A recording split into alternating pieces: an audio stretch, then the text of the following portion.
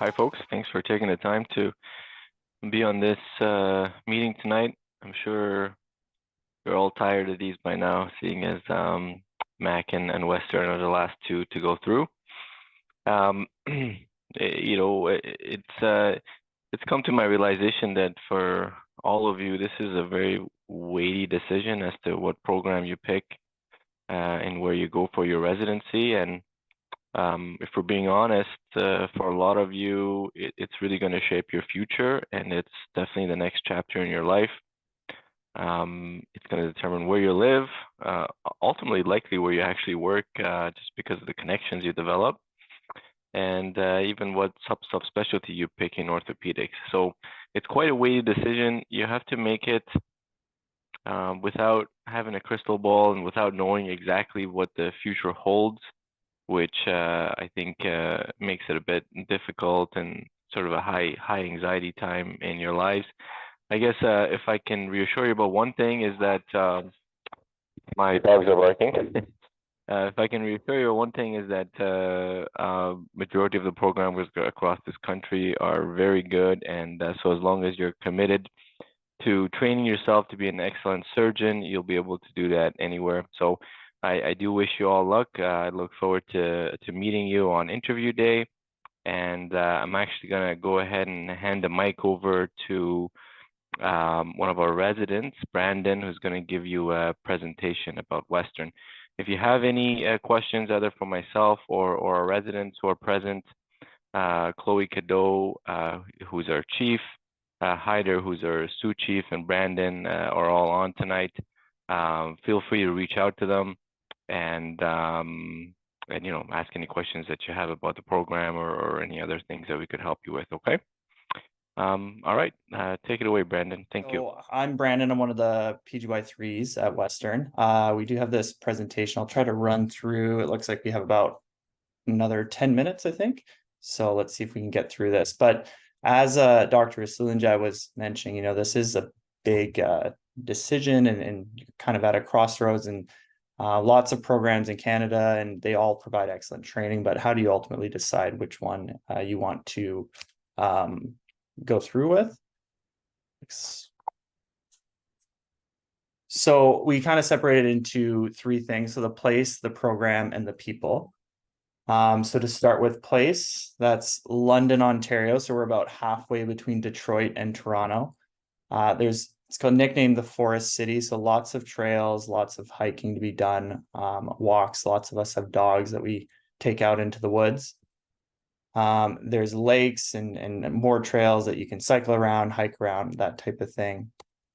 If you're looking at geography, this kind of gives you a sense of where we are, and it's nicely situated because you're, not too far from a bunch of different things that you can get to on the weekend. So whether you want to go to the lake, or the big city in Toronto or Detroit or Buffalo, those are all within a quick driving distance away, and make short day trips. And we all try and get around to doing those from time to time.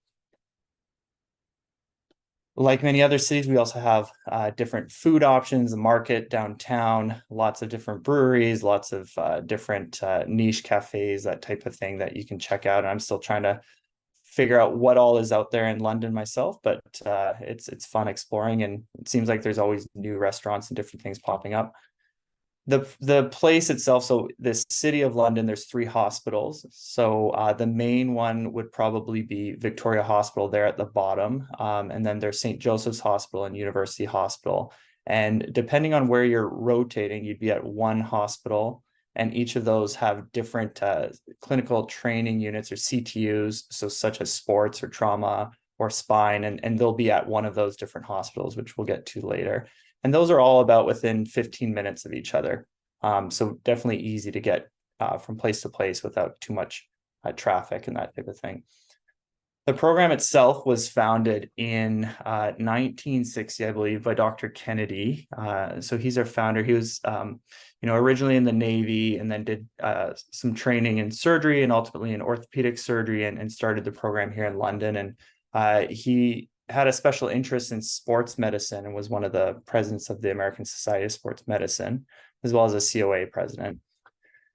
And I alluded to it earlier, but the different hospitals. So one of them is St. Joseph's Hospital. That's where our hand and upper limb clinic is. So this is the subspecialization group looking at the shoulder, the elbow, as well as the hand. And we're pretty fortunate here at Western. We work with the plastic surgeons there, but also we have dedicated orthopedic surgeons that have a specialization in hand here. And you'll have the opportunity to train with them at St. Joe's.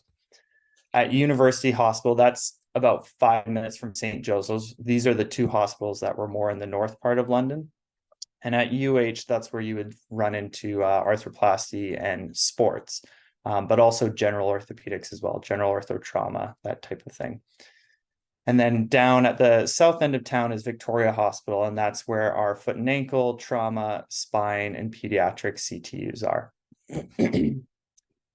Now, looking at how we separate the 5 years, so much of the off-service, like most programs, much of the off-service rotations would be in your first and second years, and actually mostly in the second year. We actually get a lot of dedicated orthopedic experience, and I think there's probably a trend towards this across the country as we've moved towards competency-based medicine. But you'll get exposure to emergency medicine, internal medicine, the general trauma, so the kind of the gen surge trauma aspect of things, and the traumatology team in PGY1, and then you get some exposure to the ICU, physiatry, and vascular surgery in PGY2, and then from there you hit the ground running, and it's all orthopedics from there. We do get 3 months of dedicated research time in PGY3. As well as a potential other 2 blocks in your 4th year to do that, as well as your elective and oncology in 4th year, which would be over in Toronto. And then we do get a dedicated block to study for the board exam in 5th year. And that might, the timing of that may change a little just because they're bumping up the timing of that exam, I think, to the beginning of PGY5 versus the end of PGY5, but we'll see what happens there. So some of the main program highlights, I think specifically that I've noticed with the program is early operating exposure. And sorry, I think I'm an admin as well, unable to admit people to the room. So you definitely get lots of early operating exposure. So as a PGY1, these are some examples of some of the cases I was able to do. So ankle, open reduction, internal fixation, distal radius. We do lots of hip fractures early on, as well as, whether it's a sliding hip screw or a hemiarthroplasty, or even a total knee. You get lots of independence working with the team there. They actually get you, I think in my 4th month of residency, after being with the team for 2 or 3 months, is able to do a skin-to-skin total knee replacement in the 1st year. And I don't know, I did not expect that coming to the program, and it was a pleasant surprise. And then same with the total hip replacements there with that team as well. Just some more examples of some of the things you get to do in your 1st year. And you get training from faculty, but it's nice because we do have should say it's a resident first program. So residents definitely get the first dibs, if you will, to the cases, but the fellows are there and they're all excellent, and they're willing to run you through the cases and get you get your hands dirty and kind of walk you through some of the steps that you may be less familiar. And as you become more senior, you get the opportunity to scrub them with your juniors and essentially walk them through the test. So on the left there, you can see one of our fellows walking some of the residents through a case, and then a more senior resident walking a junior resident through the case on the right. And another highlight with the program would be our teaching. So whether that's our daily morning teaching, this is at all 3 sites. It's in-person teaching, and that's staff-led. So a faculty will be there in person and kind of run through different topics over the course of a block. Then we have weekly grand rounds, weekly academic half days, as well as simulation labs and cadaveric labs.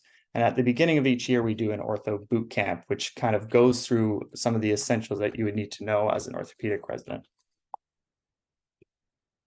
These are just some pictures from some of these labs. So we had a total knee replacement lab on the right. We had a spinal instrumentation lab on the left, a cadaveric prosection on the bottom right, and then arthroscopy on the bottom left. There's some pictures. So again, from I think that was the total knee lab on the right, as well as some of the academic sessions. One of our residents is actually doing a topic there in the bottom right.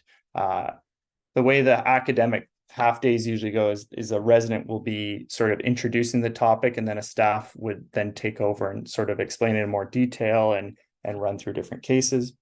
On the top left, that's just one of our, that's actually from a research day. So we do that once a year, where we have visiting professors and the residents get an opportunity to present their research. Here's some pictures from our boot camp. So learning how to do different casting techniques, application of a halo vest in the top right there and bottom right, as well as just some cool action shots elsewhere.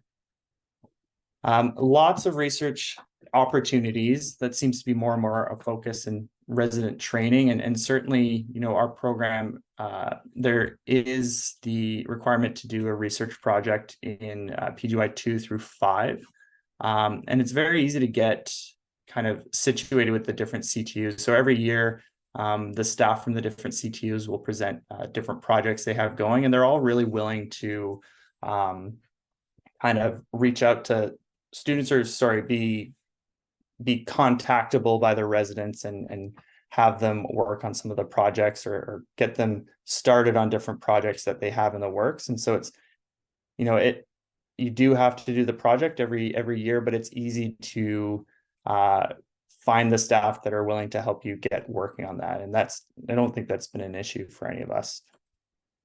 And there's, I should just say there's lots of support for that as well. So most of the CTUs will have different PhD staff working in their labs as well, or statisticians. So there's lots of resources at your disposal to help you with your various research projects.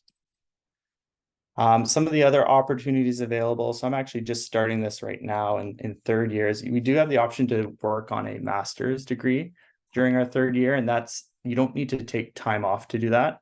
It's kind of worked into the program itself. And so that we have 3 blocks of research time worked into the program. And so that fits nicely with those who are wanting to do their master's degree, because they can work on that project during those 3 blocks of dedicated time, and then an additional 2 blocks in fourth year to work on that as well.